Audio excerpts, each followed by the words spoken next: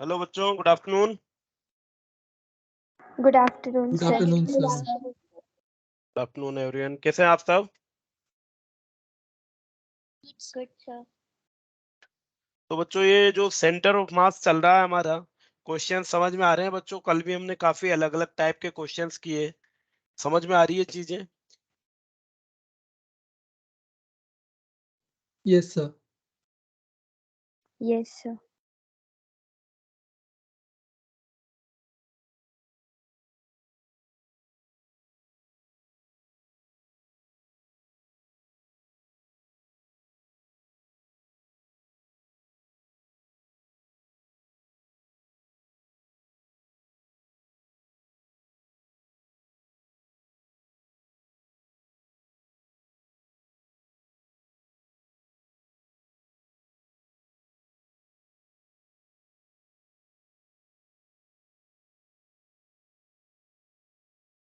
Hello, आ रही है बच्चों आवाज?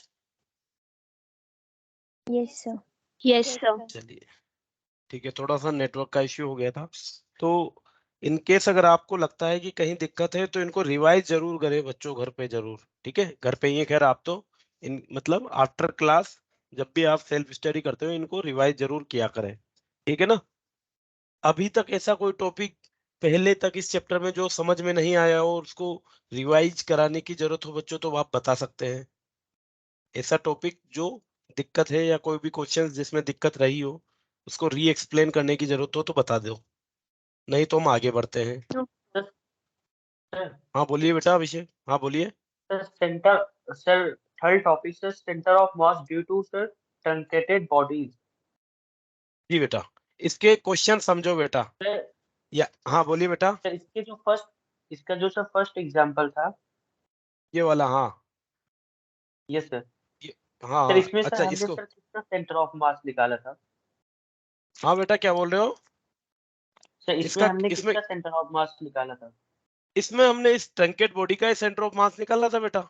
यहाँ पे आप देख सकते हो इसका, इस वाले सर पार्ट हम से हमने ये, यस सर। हाँ बोलिए, इस वाले पार्ट से हमने ये पार्ट रिमूव कर सर दिया था। इसका भी तो इसका सर अगर हम सर बड़े स्क्वायर में से सर छोटा स्क्वायर जो सर हमने है सर उसको माइनस करके तब भी तो ये वाला सर आ जाएगा। बिल्कुल सही बात है, बिल्कुल सही बात है बेटा। इवन आप इसके बाद जो भी हमने काम किया है वो सारा ऐसे ही किया है कि बड़े वाले में से यस सर, मतलब जो दोनों रिमूव, तो दोनों दोनों कर वैलिड, सकते हैं। दोनों कर सकते हैं, कोई दिक्कत ओके नहीं। सर। इवन मैं आपको सजेस्ट करूंगा कि ये नीचे वाला पार्ट ही करे, ऊपर वाला पार्ट ना करे, है ना? Yes sir. चलिए, ठीक है और बच्चों। सर हाँ इसका बोलिए। Sir second example. ये वाला, यस सर। ये वाला, हाँ बताइए बेटा इसमें। सर इसमें सर आपने सर जो एरिया ऑफ स्मॉलर डिस्क लिया था सर, हम्म। आपने सर उसको मल्टीप्लाई किया सर डेंसिटी से, हाँ एरिया डेंसिटी से। तो हाँ, सर एरिया आपने sir area density sir sir पूरे सर्कल का क्यों लिया सर? बेटा, एरिया डेंसिटी पूरे सर्कल का नहीं लिया, एरिया डेंसिटी पूरे सर्कल से हमने ऑब्टेन किया। इनिशियली हमें एक, जैसे ये इनिशियली क्या दिया हुआ था, इनिशियली दिया हुआ था कि ये एक आर रेडियस का सर्कल है और इसका मास m है। तो हम एरिया डेंसिटी इसी के थ्रू तो ऑब्टेन करेंगे कि एरिया डेंसिटी क्या रही होगी, इसका टोटल मास डिवाइडेड बाय इसका टोटल एरिया। इसी से हमने मास डेंसिटी ऑब्टेन की है, ठीक है। और अगर हमने पूरे के लिए निकाल लिया तो कटेड पोर्शन के लिए हमने मल्टीप्लाई कर दिया एरिया से, समझे बेटा? No sir. भाई, मेरा कहना यह है आपसे कि हमें दिया हुआ था कि ये एक सेकेंड, ये एक सर्कल है। इस सर्कल का जो रेडियस है बच्चों, इस सर्कल की रेडियस 7 मीटर है। इस सर्कल की रेडियस 7 मीटर है। इसका एरिया बताइए बेटा, इसका एरिया कितना हो जाएगा? पाई आर स्क्वायर, यस और नो? ये एक सर्कल मान लीजिए, ये सर्कल अज्यूम कर लिया हमने जिसकी रेडियस 7 मीटर है। इसका एरिया कितना हो जाएगा बेटा? पाई की value 22/7 into r square, that is 7 into 7। इससे ये कैंसिल आउट हो गया। इस सर्कल का एरिया 22 इंटू 7 कितना हो गया? लगभग ये 154 है ना, 154 मीटर स्क्वायर। चलिए, अब इस सर्कल जिसका रेडियस, ये एक तरीके से डिस्क हो गई बेटा ना, क्या चीज है ये, डिस्क। ये एक डिस्क है जिसकी रेडियस 7 मीटर है। इस डिस्क का अगर टोटल मास मैं आपसे कहूं 154 केजी है, कितना है इस डिस्क का total mass, 154 KG. What will be its mass density, area density, what will be the mass of each metre square of this disc, बताइए। Total mass upon total area, yes और no, yes sir. है ना। क्या हो जाएगा इसका area density, इसकी area density हो जाएगी टोटल मास, जो कि हमने दे दिया 154 केजी, इसका total area 154 metre square, so it will be 1 KG per metre square, means each metre square area of this disc will contain 1 KG. अब मैं आपसे कहूं कि मैंने यहाँ पे जो इसकी रेडियस है 7, उससे हाफ का एक पार्ट कट कर लिया है, उसका हाफ का पार्ट एक कट कर लिया है, तो जो कटेड पार्ट है बेटा, उसका एरिया कितना हो जाएगा बताइए। अगर हाफ रेडियस जितना पार्ट मैंने इसे कट कर लिया है, तो इसका एरिया क्या, area equals to pi into 7/2 का square, and it will be pi into 7 का square by 4। Pi into 7 square हमारा 154 था, तो इस डिस्क का एरिया 150/4 हो जाएगा बच्चों, हाँ या ना। और अगर इसका एरिया 150/4 ओके। है, तो इसका मास कितना हो जाएगा, मास डेंसिटी से मल्टीप्लाई कर दो आप, यस और नो। Yes sir. यस, तो इसीलिए हमने सरफेस एरिया डेंसिटी के लिए ये काम किया। ठीक है बच्चों, ओके सर। ओके बेटा। ऐसे और क्वेश्चंस हम कर लेंगे ताकि चीजें हमारे और क्लियर हो। चलिए एक और क्वेश्चन कर लें, ऐसी भी दिक्कत हो तो। Yes sir. चलिए देखिए बच्चों,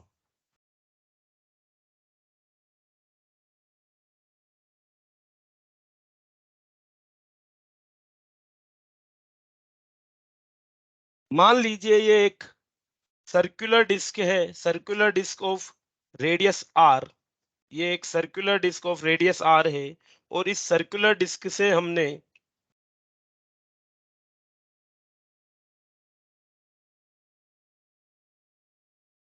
this is the circular disc of radius r, और इस सर्कुलर डिस्क से एक स्क्वायर पीस कट किया है,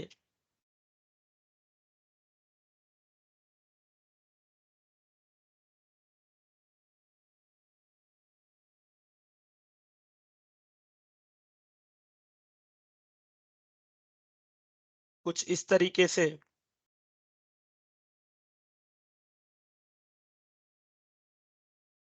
जिसका डायगोनल आर है। ठीक है बच्चों, एक स्क्वायर पीस कट किया है जिसका डायगोनल आर है।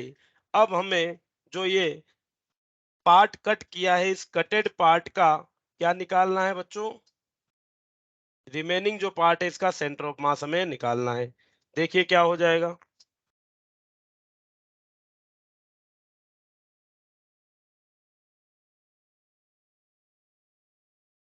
ये पोर्शन हमने यहां से इससे रिमूव कर लिया है।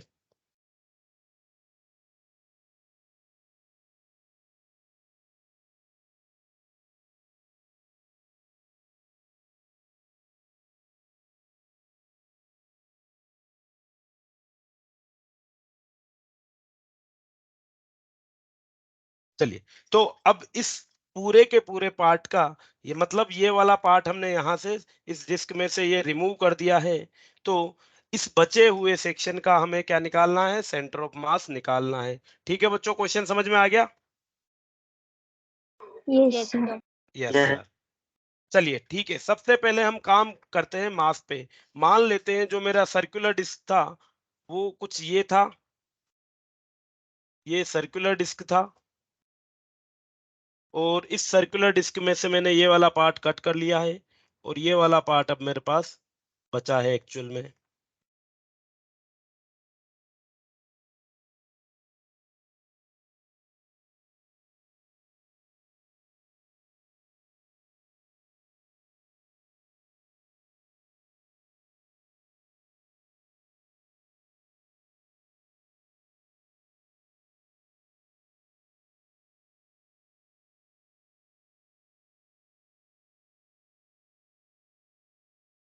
एक सेकेंड बच्चों।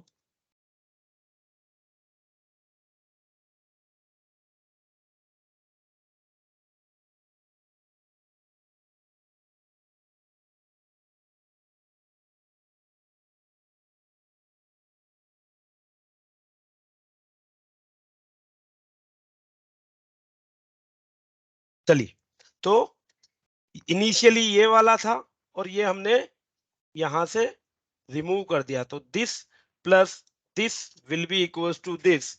इसका टोटल मास m है और इसकी जो रेडियस थी वो r है। बच्चों, क्या आप मुझे इसके लिए सरफेस एरिया डेंसिटी बता सकते हैं क्या हो जाएगी? What will be the mass per unit area? m upon pi r square. ठीक है बच्चों, यही था। चलिए, ये जो सेक्शन था, इस सेक्शन का जो डायगोनल था वो आर था। अगर इसका डायगोनल आर है तो इसकी एज ए हो जाएगी। And what will be the relation between edge a and radius r? Will it be a equals to, या फिर हम कह सकते हैं a square plus a square, r equals to root two a के बराबर होगा। यस और नो बच्चों? क्या यस सर। यहाँ yes, r equals to root two a के बराबर हो जाएगा। तो ए की वैल्यू क्या हो जाएगी? आर बाई रूट टू के बराबर हो जाएगी। और इस स्क्वायर सैंपल का जो एरिया होगा, it will be r square by two. Yes और नो बच्चों? Yes, sir. यस, ये हो जाएगा। फर्दर अगर हम बात करें कि इसके मास, ये जो मैंने स्क्वायर पीस कट किया है, इसका मास एम डेस अगर मैं बोलूं, तो M dash will be equals to क्या हो जाएगा बच्चों? ये एरिया स्क्वायर हो जाएगा, sorry. So M dash will be equals to rho a square, and rho is m upon pi r square multiplied by area square, जो की है r square by two. So the mass of this square piece will be m upon two pi. Yes और no बच्चों? Yes, sir. Yes. m upon two पाई के बराबर इसका मास हो जाएगा। चलिए, तो अब हम इसके सेंटर ऑफ मास निकाल लेते हैं। इसके लिए मान लीजिए जो सेंटर ऑफ मास था वो यहाँ पे था और इसके लिए यहाँ पे होगा। हम एक काम करते हैं बच्चों। Excuse me, sir. हाँ बोलिए बेटा। Sir, R is equals to root 2a कैसे निकाला हमने? R is equal to root two a. देखो बेटा, अगर हम बात करें कि जैसे ये एक स्क्वायर हो गया, इस स्क्वायर की एज अगर ए है और इसका जो डायगोनल है वो आर है, तो आर और ए के बीच में क्या रिलेशन होगा? अगर हम पाइथागोरस थ्योरम लगाएं तो इस ट्रेंगल के लिए आप देखोगे, इस वाले ट्रेंगल में ए बी और सी ट्रेंगल में ए बी और बी सी क्या हो जाएंगे? बेस और परपेंडिकुलर हो जाएंगे, और ए सी हाइपोटेनस हो जाएगा।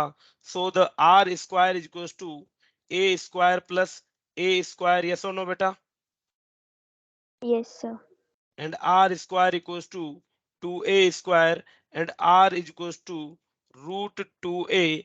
That's why a equals to r by root 2। Clear है बेटा बात? Yes, sir. Thank you. Okay बेटा। चलिए, तो अब हम बात कर लेते हैं। हम वही काम करेंगे, इस कंप्लीट में से कटेड पोर्शन का पार्ट रिमूव कर देंगे। हम मान लेते हैं बच्चों, अगर ये सेंटर ऑफ मास है, इसके लिए सेंटर ऑफ मास ये हो गया। अब हमें क्या करना पड़ता है? हमारा एक काम रहता है कि हमें एक ओरिजिन मानना पड़ता है। तो क्यों ना मैं इस बड़े वाले पोर्शन के सेंटर ऑफ मास को ही ओरिजिन मान लूं, और अगर ये ओरिजिन हो गया तो ओरिजिन इसके हिसाब से क्या हो जाएगा बच्चों? क्या ये ओरिजिन हो जाएगा 0,0? यस और नो? Yes, sir. और अगर ये 0,0 हो गया तो बच्चों, ये जो स्क्वायर पीस मैंने कट किया है, इसका सेंटर ऑफ मास क्या हो जाएगा? एग्जैक्टली मिड में हो जाएगा। R और by 2, इस 0. r by two comma zero हो जाएगा। चलिए, अब हम इस वाले कटेड पोर्शन के लिए centre of mass find out कर सकते हैं। देखो, y सेंटर ऑफ मास की बात करें तो y तो डेफिनेटली जीरो पे ही होना है, क्योंकि इसके लिए भी जीरो है और इसके लिए भी जीरो है, तो y तो जीरो हो जाएगा। x सेंटर ऑफ मास हम कैलकुलेट कर लेते हैं। क्या हो जाएगा x सेंटर ऑफ मास? पहले इस बड़े वाले सेक्शन के लिए m इंटू जीरो, माइनस छोटे वाले सेक्शन के लिए अगर हम बात करें तो m upon 2 pi multiplied by distance क्या है बच्चों r/2 divided by m minus m upon 2 pi. Yes और नो? Yes sir. चलिए तो सोल्व करेंगे इसे, तो ये हो जाएगा minus of mr upon 4 pi divided up pi, m common ले लेता हूं यहां से, तो ये हो जाएगा 2 पाई माइनस 1 अपॉन 2 पाई। क्लियर है बच्चों बात? m से m कैंसिल आउट हो जाएगा, पाई से पाई कैंसिल आउट हो जाएगा, और 4 से ये 2 टाइम कैंसिल आउट हो जाएगा। तो it will B minus of r upon 2 into 2 pi minus 1। ठीक है बच्चों, तो कितनी डिस्टेंस पे? 0 से माइनस साइड में पीछे की तरफ लगभग ये यहाँ पे कितनी डिस्टेंस पे? r upon 2 into 2 pi minus 1 distance पे सेंटर ऑफ मास लाई करेगा। ओके बच्चों?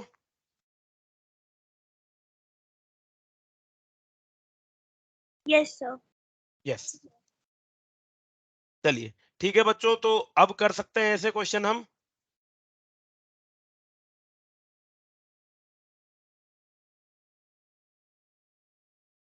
नहीं कर सकते कोई भी? अभी भी कॉन्फिडेंस नहीं मिला आप लोगों को? सर किस कर किस को सकते हैं। कर सकते हैं? चलिए ठीक है, तो मॉड्यूल में काफी सारे क्वेश्चंस हैं आपको, अगर आप कर सकते हो तो। चलिए next topic is centre of mass due to non uniform object. Centre of मास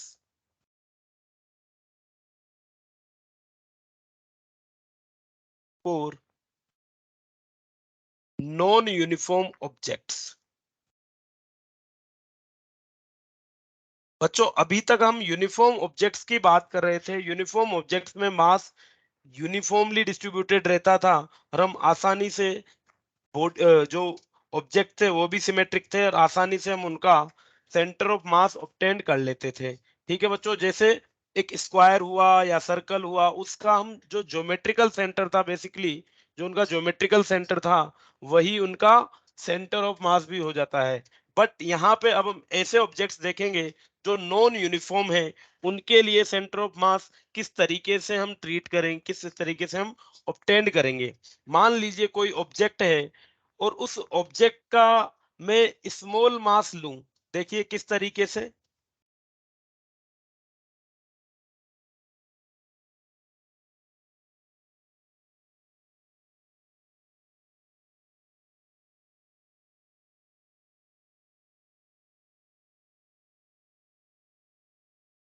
चलिए, तो मेरे पास कोई ऑब्जेक्ट है, और उस ऑब्जेक्ट का अगर मैं कोई स्मॉल मास, उस ऑब्जेक्ट का बहुत स्मॉल मास लूं, जो कि हो डेल्टा एम।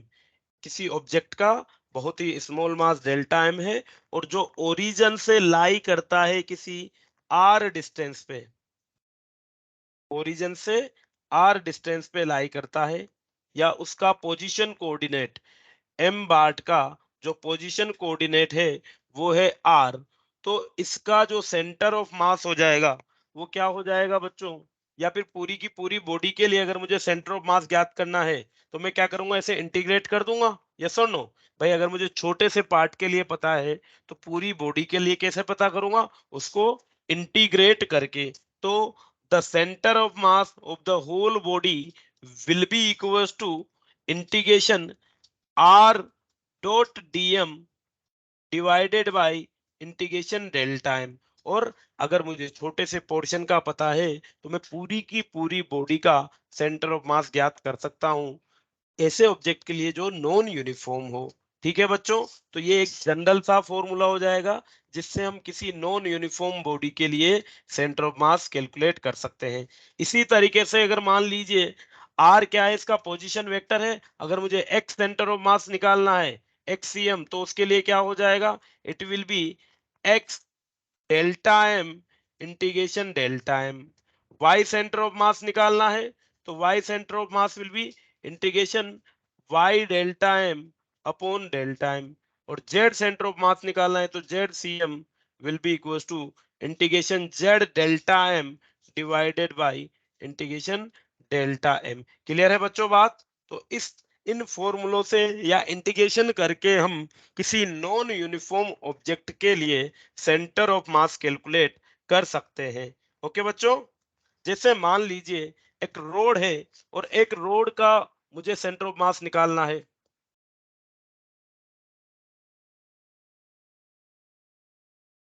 ये एक रोड ले लेते हैं, ठीक है जी। एल लेंथ की रोड है और मास एम है, या फिर मास हमें नहीं पता है। एल लेंथ की रोड है और इसका जो लीनियर मास डेंसिटी है, द लीनियर मास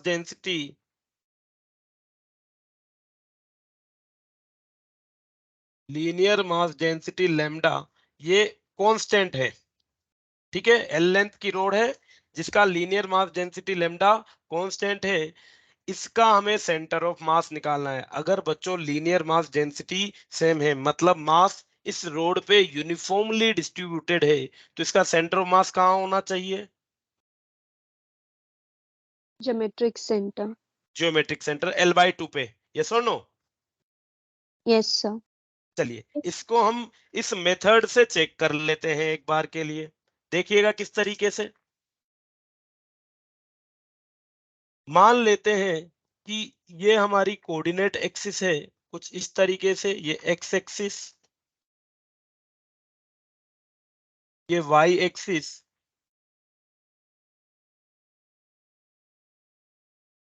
ठीक है जी।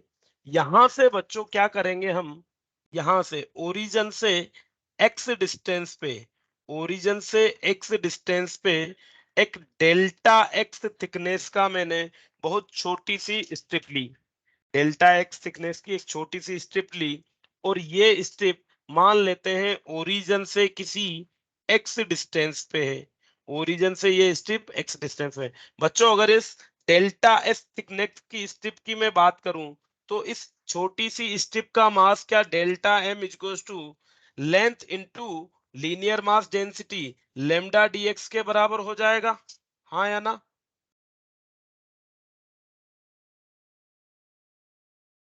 छोटी सी स्ट्रिप जिसकी लेंथ डेल्टा एक्स है, क्या इसका मास लेम्डा डेल्टा एक्स के बराबर होना चाहिए, यस और नो?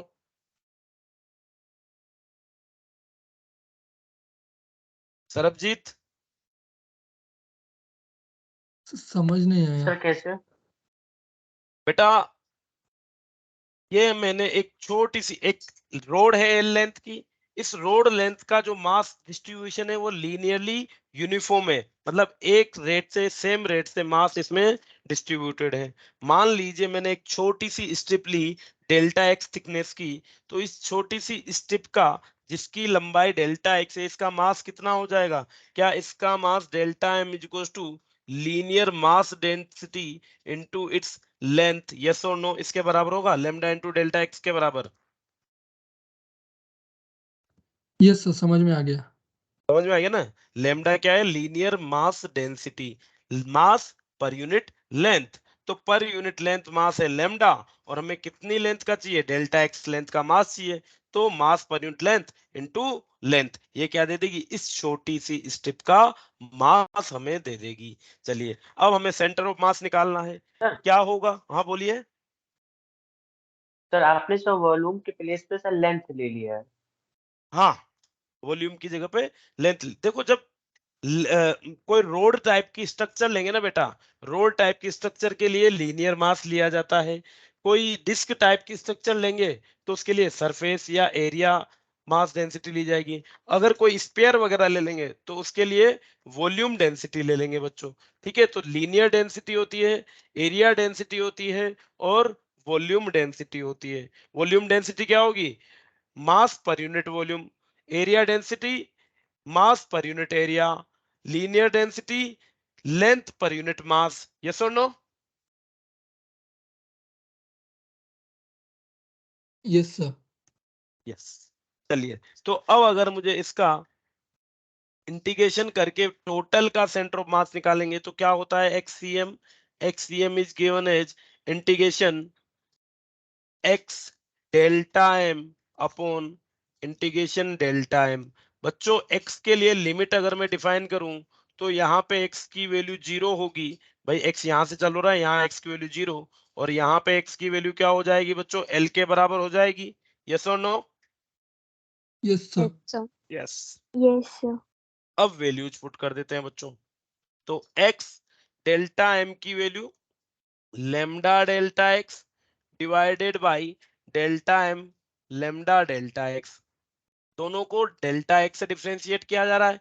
तो x की लिमिट 0 टू l और ये 0 टू l। ओके बच्चों, तो ये हो जाएगा, देखो ऊपर लेमडा तो कांस्टेंट है बट x वेरिएबल है, और x का इंटीग्रेशन क्या दे देगा, x का इंटीग्रेशन x स्क्वायर बाई 2 मिल जाएगा। Limit 0 to l divided by,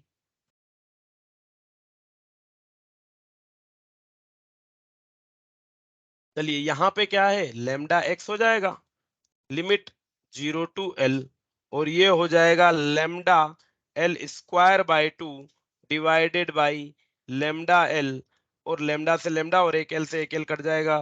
तो सेंटर ऑफ मास क्या आ गया बच्चों, क्या ये l बाई 2 आ गया? Yes sir. यस, क्लियर है बात? तो ये केस था जब mass density, linear mass density क्या थी, कांस्टेंट थी। हो सकता है लीनियर मास डेंसिटी वेरिएबल हो। For variable linear mass density, variable किस तरीके से हो सकती है, किसी भी तरीके से हो सकती है। मान लीजिए अब जो मास डेंसिटी है वो किसके, लेंथ के डायरेक्टली प्रोपोर्शनल हो, कि जैसे जैसे Excuse me, आप, sir. हाँ बोलिए बेटा। Sir, can you please reshare your screen? Yes,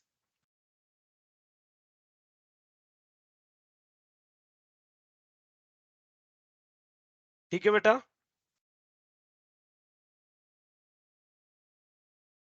okay, Yes, sir. चलिए अब मान लीजिए मास डेंसिटी वेरिएबल हो। मास डेंसिटी वेरिएबल का मतलब कि जैसे जैसे x की वैल्यू बढ़ती जाए डेंसिटी भी बढ़ती जाए। लेट सपोज मैंने एक फंक्शन दे दिया lambda is equal to linear mass density is equal to lambda nought x। अब जैसे जैसे x की वैल्यू बढ़ेगी मास डेंसिटी भी बढ़ेगी बच्चों। क्लियर है बात? सर एक्स यस क्या सर। है? क्या बोल रहे हो बेटा? सर एक्स आपने क्या लिया है? एक्स लिया है डिस्टेंस, कि जैसे जैसे डिस्टेंस की वैल्यू बढ़ेगी, जैसे जैसे डिस्टेंस बढ़ेगा वैसे वैसे मास डेंसिटी बढ़ेगी। ठीक है, अब जैसे मान लीजिए हम बात कहें कि अभी तक जो ये रोड थी वो यूनिफॉर्म थी, अगर आप इसमें राइट साइड में बढ़ोगे तो इसकी डेंसिटी बढ़ती जाएगी और राइट साइड में ये हेवियर होती जाएगी। बताइए बेटा क्या बोल रहे हो? सर आपने सर ऊपर जो डी एक्स लिया है सर वो लेंथ है। हाँ, डेल्टा एक्स तो लेंथ लिए ना, छोटा सा पार्ट ले लिया, छोटे छोटे से पार्ट की लेंथ क्या हो जाएगी, डेल्टा एक्स हो जाएगी, ओके सर। है ना। चलिए अब यहाँ पे हमने क्या किया, सिर्फ एक छोटा सा बदलाव किया है कि जो मास डेंसिटी है वो मास डेंसिटी हमने क्या ले ली बच्चों, वेरिएबल ले ली। और अगर मास डेंसिटी वेरिएबल ले लेंगे तो क्या होगा, देखो वापस से सेम चीज है। मैंने क्या किया, रोड का एक्स एल लेंथ की रोड का यहां से x डिस्टेंस से इस वाले फ्री एंड से किसी x डिस्टेंस पे एक छोटी सी स्ट्रिप डेल्टा x लेंथ की अज्यूम कर ली। अब इस डेल्टा x लेंथ की स्ट्रिप का मास क्या हो जाएगा, it will be equal to lambda dx। यहाँ पे लेमडा की वैल्यू क्या है बच्चों, लेमडा की value lambda nought x dx के बराबर हो जाएगी। x सेंटर ऑफ मास अगर हम निकालेंगे तो x centre of mass will be integration x delta m upon integration delta m। x की वैल्यू की बात करें तो x की वैल्यू यहाँ पे 0 और यहाँ पे x की वैल्यू 1 है, तो लिमिट लग जाएगी 0 टू l, 0 टू l। चलिए अब डेल्टा m की वैल्यू रख देते हैं बच्चों। डेल्टा m की वैल्यू अब क्या है, अब डेल्टा m की value lambda nought x dx divided by integration lambda x dx 0 to L and 0 to L। चलिए अब क्या हो जाएगा, ये हो जाएगा lambda naught x square D x integration 0 to L divided by lambda naught x D x limit 0 to L। बताइए बच्चों क्या आएगा सेंटर ऑफ मास, इंटीग्रेशन कर सकते हैं आप।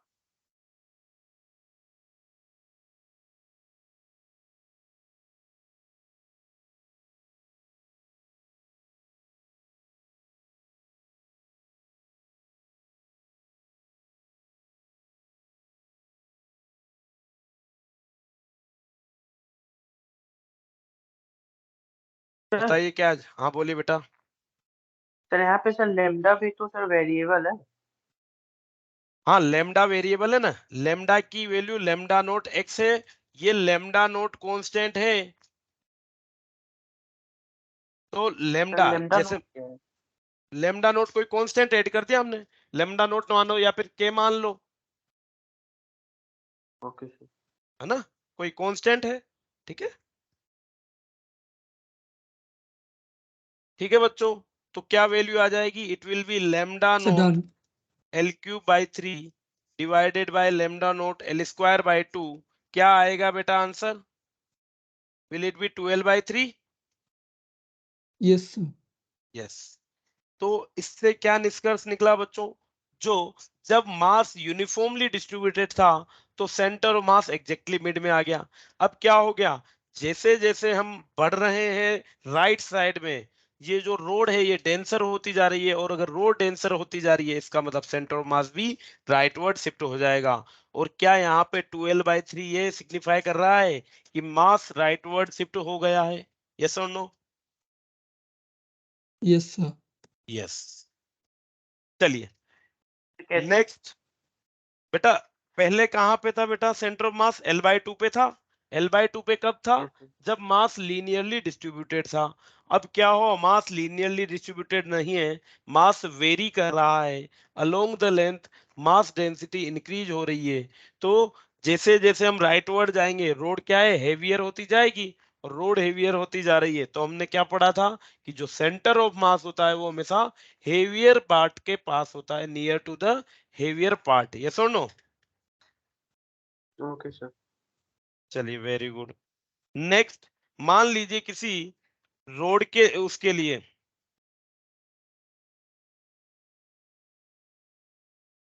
सेमी सर्कुलर वायर के लिए हम सेंटर ऑफ मास ऑब्टेन करते हैं। सर्कल के लिए तो हमें पता है, सर्कुलर वायर के लिए सेंटर ऑफ मास हमेशा उसके ज्योमेट्रिकल सेंटर पे होता है।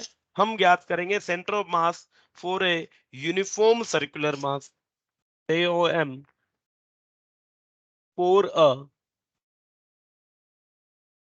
Semi circular wire. मान लीजिए बच्चों कि ये एक M मास और R रेडियस का, M मास और R रेडियस का सेमी सर्कुलर वायर है।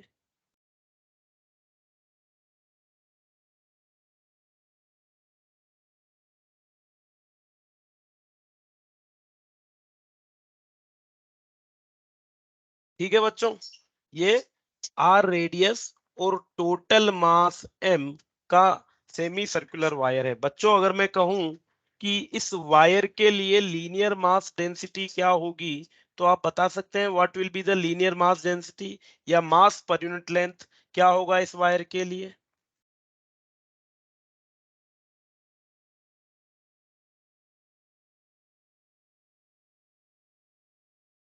What will be the linear mass density for this wire?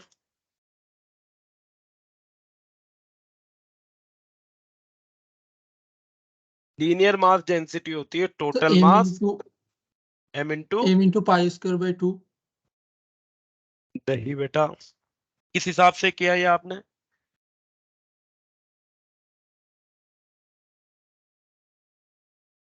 देखो लीनियर मास डेंसिटी होती है total mass upon total length. बच्चों टोटल मास तो m है, टोटल लेंथ क्या हो जाएगी इस सेमी सर्कुलर वायर के लिए? Pi R. Pi R. तो इसकी लीनियर मास डेंसिटी क्या हो जाएगी, m/πr के बराबर हो जाएगी। ठीक है, अब हमें इसका सेंटर ऑफ मास निकालना है, तो क्या करेंगे, एक छोटा सा सेक्शन अज्यूम करेंगे, उस सेक्शन को हम इंटीग्रेट करके, हाँ बोलिए बेटा। सर आप सर तीनों डेंसिटी का सर फार्मूला लिखवा दीजिए सर, मतलब क्या है उनका sir, linear mass density, angular mass density. चलिए इसको मैं एक बार इसको कंप्लीट करके फिर लिखा दूं बेटा, ओके सर। है ना, ये मैं लिखवा दूंगा आपको, इसको कंप्लीट कर लेते हैं। चलिए, तो अगर हमें इसका सेंटर ऑफ मास करना है, centre of mass find out करना है, तो क्या अप्रोच रखेंगे, हम एक सेक्शन अज्यूम करेंगे, उस सेक्शन को बांध के फिर इंटीग्रेट कर देंगे उसे। तो मान लीजिए मैंने किसी थीटा एंगल पे, यहां से थीटा एंगल पे डेल्टा थीटा एंगल की, ये कोई डेल्टा थीटा एंगल ले लिया, और डेल्टा थीटा एंगल बहुत छोटा एंगल है, इस बहुत छोटे एंगल के लिए ये आर्क का पीस ले लिया बच्चों। ठीक है, क्या ये जो मैंने पीस अज्यूम किया है, इस आर्क के पीस की लेंथ आप मुझे बता सकते हैं बच्चों क्या होगी, क्या ये जो आर्क का पीस होगा डेल्टा एल लेंथ का, डेल्टा एल लेंथ का, ये मैंने आर्क का पीस ले लिया, will it be equals to r d theta, yes और no, arc equals to radius into Yes, angle sir. Theta होता है, तो delta l will be equals to r d theta. तो बहुत छोटा एलिमेंट डेल्टा एल लेंथ का मैंने assume कर लिया बच्चों। इस छोटे एलिमेंट डेल्टा एल के लिए अगर मैं मास की बात करूं, तो क्या इसका mass delta sir m equals to linear mass density into length delta l हो जाएगा। सर आपने sir Yes, d sir. R equal to r d theta कैसे लिखा? किसको बेटा, sir d r equal to r d theta. Delta l equals to r d theta, आपने एक formula पढ़ा होगा ना बेटा, r equals to radius into angle theta, पढ़ा था बेटा ओके सर। बच्चों। ओके तो सर। ये आर है, तो ये भी आर है, ये स्मॉल एंगल थीटा है, इसके करस्पॉन्डिंग आर्क क्या हो जाएगी, डेल्टा एल हो जाएगी।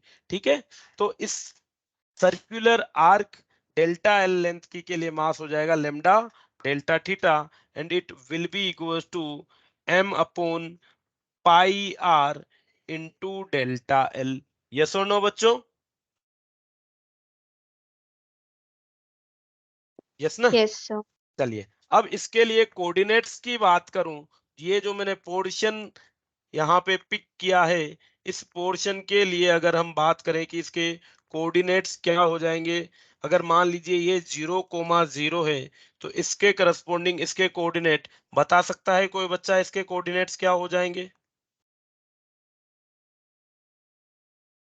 ये एंगल थीटा है, ये आर है, तो क्या इसका X coordinate R cos theta and Y coordinate R sine theta हो जाएगा बच्चों। Yes, sir. ये डेल्टा एल लेंथ का जो मैंने छोटा सा पार्ट अज्यूम किया है, इसके लिए क्या हो जाएगा, R cos theta and R sine theta. बच्चों होगा नहीं होगा, सभी बच्चे बोलो भाई, क्या है सर? Yes, sir. है ना। देखो अभिषेक, हम बात कर रहे हैं कि ये जो डेल्टा एल लेंथ का एलिमेंट हमने अज्यूम किया है, इसका कोऑर्डिनेट क्या हो जाएगा, अगर ये 0,0 है, ये इंक्लाइन डिस्टेंस आर पे है भाई, ये बहुत स्मॉल एंगल थीटा है, तो ये किसके बराबर हो जाएगा, आर रेडियस के बराबर हो जाएगा, तो इसकी एक्स डिस्टेंस हो जाएगी आर कोस थीटा, और वाई डिस्टेंस हो जाएगी आर साइन थीटा, तो इसके कोऑर्डिनेट हो जाएंगे R cos theta and R sine theta के बराबर। क्लियर है बच्चों बात। चलिए, यस सर। अब अगर हम बात करें कि अबाउट एक्स एक्सिस की एक्स सेंटर ऑफ मास, तो क्या आपको नहीं लगता कि वाई एक्सिस से लेफ्ट में जितना मास है, वाई एक्सिस के राइट में भी उतना ही मास है, तो डेफिनेटली जो एक्स सेंटर ऑफ मास आना चाहिए वो तो वाई एक्सिस पे ही आएगा, या फिर 0 ही होगा। वायर वाई एक्सिस के अबाउट तो सिमेट्रिक है ना बच्चों, Yes, sir. Yes, sir. Yes, sir. Wire Y axis के अबाउट Yes, सिमेट्रिक sir. है, तो इसका एक्स सेंटर ऑफ मास तो वाई एक्सिस पे आ जाएगा, इसका मतलब इसका जो एक्स सेंटर ऑफ मास है वो तो 0 ही हो जाएगा। बट वाई सेंटर ऑफ मास का क्या, तो वाई सेंटर ऑफ मास हम कैलकुलेट कर लेते हैं, Y centre of mass will be equals to देखिए, अच्छा हमने लेमडा डेल्टा एल की वैल्यू ये पुट करनी थी, लेमडा की वैल्यू m/2r रख दी, डेल्टा एल की वैल्यू भी पुट कर देते हैं, डेल्टा एल की वैल्यू भी पुट हो जाएगी आर डी थीटा के बराबर, आर से आर कैंसिल आउट हो जाएगा तो इट विल बी m/पाई डी थीटा। चलिए, वाई सेंटर ऑफ मास क्या था y delta m upon integration delta m, यही था बच्चों। चलिए y की वैल्यू की बात करें तो y की वैल्यू क्या है यहाँ पे, y की वैल्यू है r साइन थीटा और डेल्टा m की वैल्यू है m/पाई d theta divided by integration delta m that is m/पाई डी थीटा इंटीग्रेशन। चलिए, अब रही बात लिमिट की, तो बच्चों हम किसके रेस्पेक्ट में से इंटीग्रेट कर रहे हैं, थीटा के रेस्पेक्ट में। और थीटा की वैल्यू को अगर हम देखें तो बच्चों जब r यहाँ पे था तो थीटा की वैल्यू क्या थी, यहाँ पे थीटा की वैल्यू 0 डिग्री थी। और अगर हम बात करें एक सर्कुलर आर्क को कंप्लीट करें, यहाँ से लेके यहाँ तक आ जाएं, तो यहाँ पे थीटा की वैल्यू क्या हो जाएगी बच्चों, 180 degree. 180 डिग्री या पाई। ठीक है, तो थीटा की वैल्यू 0 से पाई तक होगी हमारी। तो integrating from 0 to pi. Okay बच्चों, चलिए, तो आर एम और पाई तो कांस्टेंट है, बाहर निकल जाएंगे। साइन थीटा का इंटीग्रेशन क्या होता है बच्चों, minus cos theta. Sine theta का integration minus cos theta, limit 0 to pi divided by, again यहाँ पे भी m/पाई बाहर निकल जाएगा और ये बचेगा, यहाँ पे भी हमें शायद I think total mass integration of delta, ये तो m ही हो जाएगा ना बच्चों, थीटा हो जाएगा 0 टू पाई। तो ये क्या हो जाएगा देखिए, इट विल बी r m/पाई, लिमिट में वैल्यूज पुट कर देते हैं बच्चों, माइनस को हटाने के लिए लिमिट इंटरचेंज कर देता हूं, यस और नो। तो अब अपर लिमिट हो जाएगी 0 और लोअर लिमिट हो जाएगी pi, so it will be cos 0 minus cos pi divided by m pi upon pi. Okay बच्चों, चलिए, m से m, पाई से पाई कैंसिल आउट हो जाएगा, सो it will be r upon pi multiplied by cos 0 1 and cos 180 minus 1. So the center of mass for a semicircular wire will be 2r upon pi. Yes or no बच्चों? Yes. Yes ठीक है, अब इसी तरीके से आप चाहें तो सेमी सर्कुलर डिस्क के लिए या फिर हेमी स्पेरिकल सेल के लिए, किसी के लिए भी centre of mass find out कर सकते हैं बाय यूजिंग इंटीग्रेशन। ठीक है, हम बस एक कर लिया है, हमने इसको समझ लिया, इस मेथड को यूज करके निकाल सकते हैं, बाकी का डायरेक्ट लिख लेते हैं। जैसे अगर हम बात करें कि यहाँ पे सेमी सर्कुलर रिंग या सेमी सर्कुलर वायर, क्या आ गया बच्चों सेमी सर्कुलर वायर के लिए,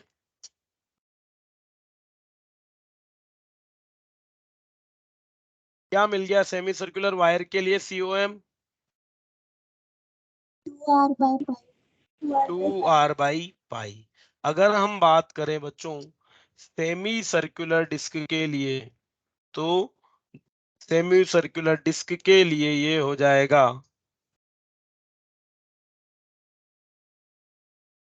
4r अपॉन 3 पाई। क्या हो जाएगा बच्चों डिस्क के लिए, 4r अपॉन 3 पाई के बराबर। फर्दर अगर हम बात करें कि हेमी स्पेरिकल सेल के लिए,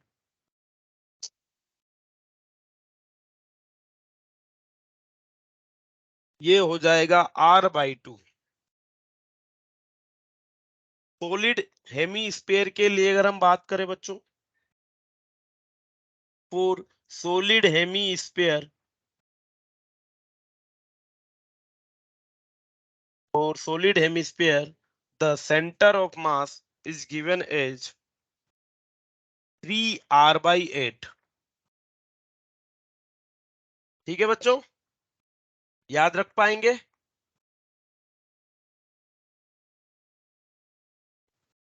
सर हमें सर डायरेक्ट रिजल्ट याद रखना है या सर पूरा क्वेश्चन कैसे सॉल्व नहीं, होगा?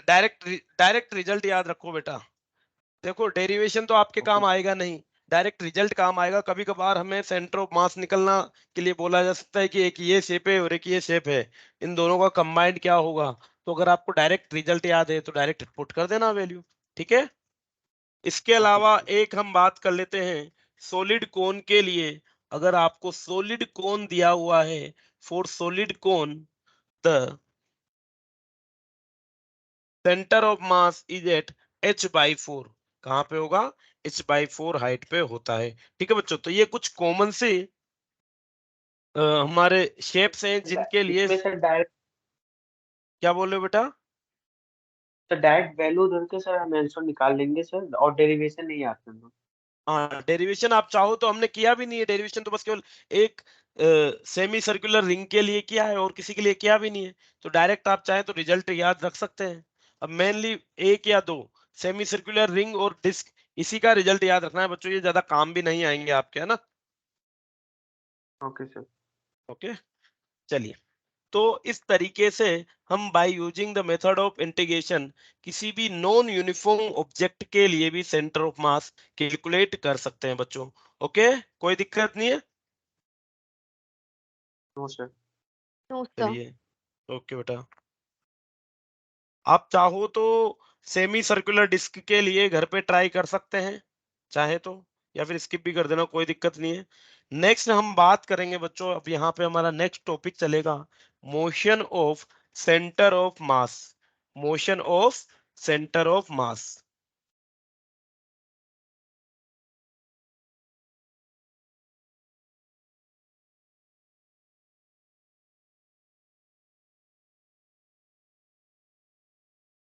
चलिए बच्चों, किसी भी सिस्टम ऑफ पार्टिकल के लिए, किसी भी सिस्टम ऑफ पार्टिकल के लिए जो हमने centre of mass find out किया था, एक्स सेंटर ऑफ मास या आर सेंटर ऑफ मास, वो हमने क्या फाइंड आउट किया था? किसी भी सिस्टम ऑफ पार्टिकल के लिए जो आर सेंटर ऑफ मास था, it was m1r1 plus m2r2 plus m3r3 and so on, divided by total mass, that is m1 plus m2 plus m3 plus so on।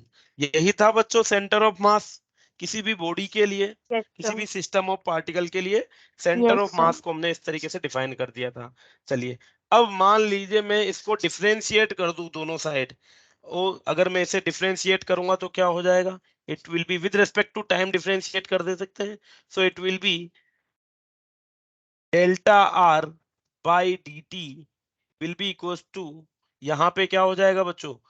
मास तो constant है किसी भी particle का, तो it will be delta R one upon D T plus M two delta R two upon D T plus M three delta R three divided by D T and so on, divided by mass m1 plus m2 plus m3 and so on। क्या होता है बच्चों? Rate of change of displacement. भाई are centre of mass क्या है Velocity. इसका? Velocity. Velocity. Yes, तो delta R by D T क्या हो जाएगा? वेलोसिटी हो जाएगी। और ये जो वेलोसिटी मिलेगी, किसकी वेलोसिटी मिलेगी बच्चों मुझे? Center of mass. Yes, motion वेलोस centre of motion. yes, center of mass की। So the velocity of center of mass will be equals to m1 into velocity of particle 1 plus m2 into velocity of particle 2 plus m3 into velocity of particle 3 and so on, divided by total mass m1 plus m2 plus m3 and so on. तो अगर मान लीजिए कोई system of particle है जिसका एक particle v1 velocity से move कर रहा है, दूसरा पार्टिकल v2 वेलोसिटी से मूव कर रहा है, तीसरा पार्टिकल v3 वेलोसिटी से मूव कर रहा है। और अगर हम सेंटर ऑफ मास की वेलोसिटी की बात करें कि what will be the velocity of centre of मास, तो ये क्या हो जाएगा बच्चों, इस तरीके से आ जाएगा। यस और नो? चलिए, ये पार्टिकल m1, इसकी वेलोसिटी v1 ले लेते हैं।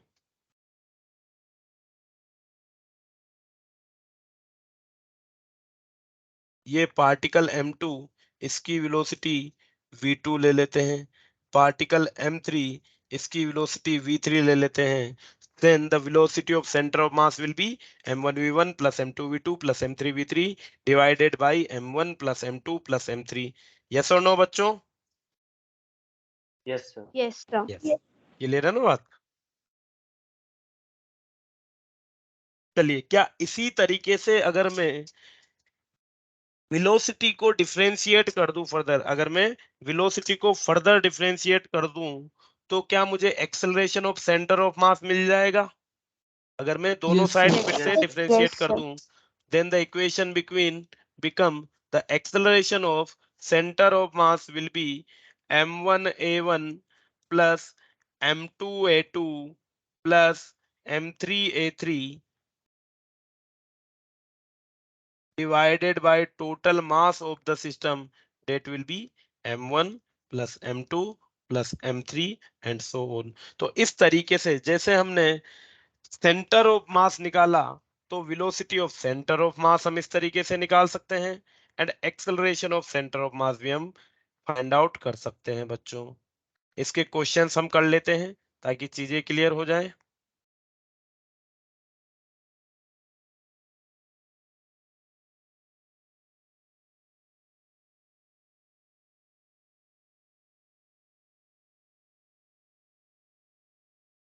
कर लीजिए ने नोट।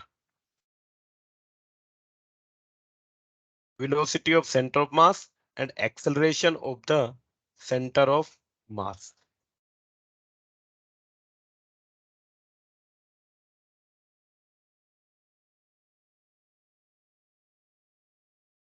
चलिए, अब अगर हम बात करें बच्चों,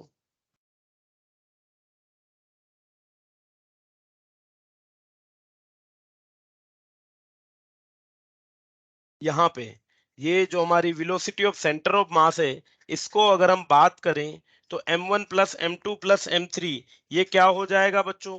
क्या ये total mass of the system हो जाएगा? Yes, sir.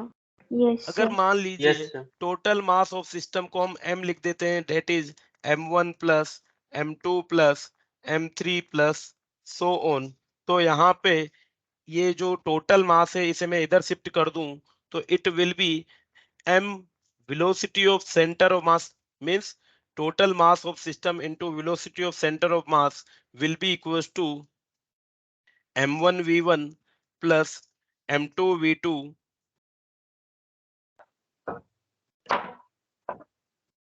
plus m3 v3 and so on. यही हो जाएगा बच्चों। ये क्या हो गया? Yes, sir. m Yes, sir. Into V C O M, ये क्या total linear momentum of the system हो गया बच्चों, Yes, Yes, sir. sir. या Yes, sir. जिसे हम कह सकते हैं momentum of the centre of mass. क्या हो जाएगा ये? Momentum of the centre of mass, and the momentum of the centre of mass will be equal to the sum of momentum of each particle. P1 हो गया momentum of first particle, P2 momentum of sum of second particle, ये P3 P4 ये क्या होगा? Individual particle का momentum का सम क्या हो जाएगा? Total momentum of the system हो जाएगा बच्चों। ठीक है ना? अब मान लीजिए कि हर एक पार्टिकल पे अलग अलग फोर्स लग रहा है। मान लीजिए पार्टिकल 1 पे F1 फोर्स लग रहा है, पार्टिकल 1 पे F1 फोर्स लग रहा है, पार्टिकल 2 पे F2 फोर्स लग रहा है, पार्टिकल 3 पे F3 फोर्स लग रहा है। ठीक है बच्चों, तो यहाँ पे क्या हो जाएगा? देखो, नेट फोर्स की वैल्यू क्या हो जाएगी? The net force will be equals to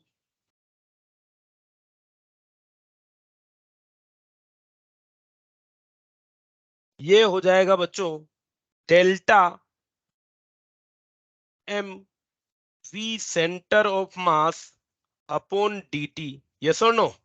यहाँ पे ये क्या हो गया, M V centre of mass, ये टोटल सिस्टम का क्या हो गया, मोमेंटम हो गया। और टोटल सिस्टम पे अगर नेट फोर्स निकालना है तो क्या हो जाएगा, टोटल सिस्टम पे जो नेट फोर्स होगा it will be equal to rate of change of linear momentum of the system. System का लीनियर मोमेंटम कितना है, M V C O M के बराबर है। और ये किसके बराबर हो जाएगा, इंडिविजुअल उसके बराबर। ठीक है बच्चों, तो यहां से हमें क्या मिल जाएगा, देखो एम वी सी एम की value m1v1 plus m2v2 plus m3v3 है।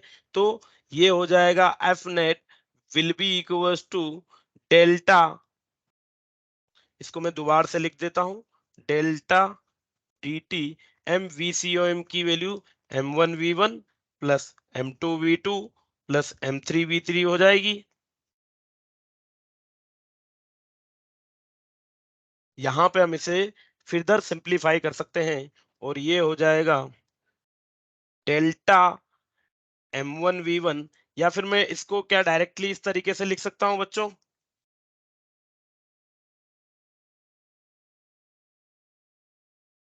m1 delta v1 by dt plus m2 delta v2 by dt plus m3 delta v3 by dt and so on. Yes और no बच्चों, लिखा जा सकता है ये, Yes, sir. Yes, sir. Yes. Yes.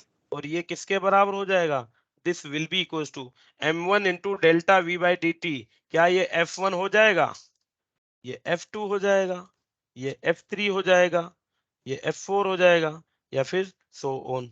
तो जो नेट फोर्स है सिस्टम पे वो किसके बराबर हो जाएगा, ये हो जाएगा vector sum of force acting on each particle. अगर हर पार्टिकल पे कोई अलग अलग फोर्स लग रहा है तो उनका vector sum net force on the system के बराबर हो जाएगा। और वही क्या दे देगा हमें, this net force will be equals to m into A centre of mass के बराबर भी हो जाएगा बच्चों। क्लियर है बात। तो द एफ नेट या net force on the system will be equal to total mass of the system divided by net acceleration of the centre of mass of the system. बच्चों अभी तक जो भी हम बात करते हुए आ रहे थे पिछले चैप्टर में लॉज ऑफ मोशन तक, हमने जब भी फोर्स लगाया वो किसका मोशन कंसीडर किया, हमेशा सेंटर ऑफ मास का ही मोशन कंसीडर किया हमने। यस और no, Yes, sir. Yes, sir. Yes. Yes. ठीक है बच्चों, तो इस तरीके से हम किसी भी सिस्टम ऑफ पार्टिकल के लिए उसका velocity of centre of mass और acceleration of centre of mass को कैलकुलेट कर सकते हैं। इसको अब एक एग्जांपल के थ्रू भी हम देखते हैं। देखिए इसके क्वेश्चन कैसे बनेंगे बच्चों।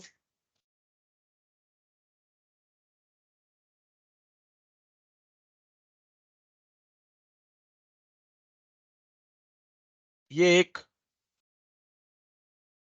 2 kg का पार्टिकल है and this particle of 2 kg is moving with a velocity of 5 metre per second. ये पार्टिकल 5 मीटर पर सेकेंड की स्पीड से हॉरिजॉन्टल से 37 के एंगल पे मूव कर रहा है। और ये पार्टिकल भी है, पार्टिकल भी 10 मीटर पर सेकेंड की स्पीड से हॉरिजॉन्टल से 53 डिग्री के एंगल पे मूव कर रहा है। इसका मास 1 kg है। चलिए, so we need to calculate the find the velocity of center of mass, find the velocity of COM। चलिए क्या फॉर्मूला है सेंटर ऑफ मास की वेलोसिटी के लिए, v COM equals to m1v1 plus m2v2 upon m1 plus m2। Yes और no बच्चों, Yes. Yes, sir. v Yes, COM sir. Equals to m1v1, देखो सारी बात हम कर रहे हैं वेक्टर फॉर्म में, m2v2 divided by m1 plus m2। चलिए सबसे पहले हम बात करते हैं v1 की। तो बच्चों v1 की वैल्यू क्या हो जाएगी, क्या ये 5 cos 37 5 cos 37 i के प्लस 5 sin 37 j केप, यही होगी V1 की वैल्यू। Yes, sir. Yes, so the V1 will be equals to 5 into cos 37 कितना होता है बच्चों? 4/5 Yes, sir. I cap Yes, sir. plus 537 3/5 j cape, so it will be 4 I cape plus 3 j cape। ये हो गया V1 की value. Further V2 की value की बात करें तो 10 cos 53, बच्चों cos 53 क्या वैल्यू देता है? 3/5 और I Yes, cape, sir. और ये हो साइन 53 जो कि वैल्यू देगा 4/5 j केप। माइनस क्यों? क्योंकि जो इसका डाउनवर्ड वो जो वर्टिकल कंपोनेंट है वो नीचे की तरफ है। ठीक है, तो V2 की वैल्यू हो जाएगी 6 I cap minus 8 j cap. Yes और नो बच्चों? तो V1 भी हमें फाइंड आउट हो गया और V2 भी फाइंड आउट हो गया। तो वैल्यू पुट कर देते हैं। So the VCOM will be equals to 2 into 4 I cap plus 3 j cap, plus M2 के लिए बात करें तो 1 into 6 I cap minus 8 j cap divided by total mass. कितना है बच्चों टोटल मास? 2 + 1 है, so it will be 2 into 4 8, 8 + 6 14 I cap, it will be 2 into 3 6, 6 minus 8 minus का 2 j cap divided by 3। Yes और नो बच्चों? Yes, sir.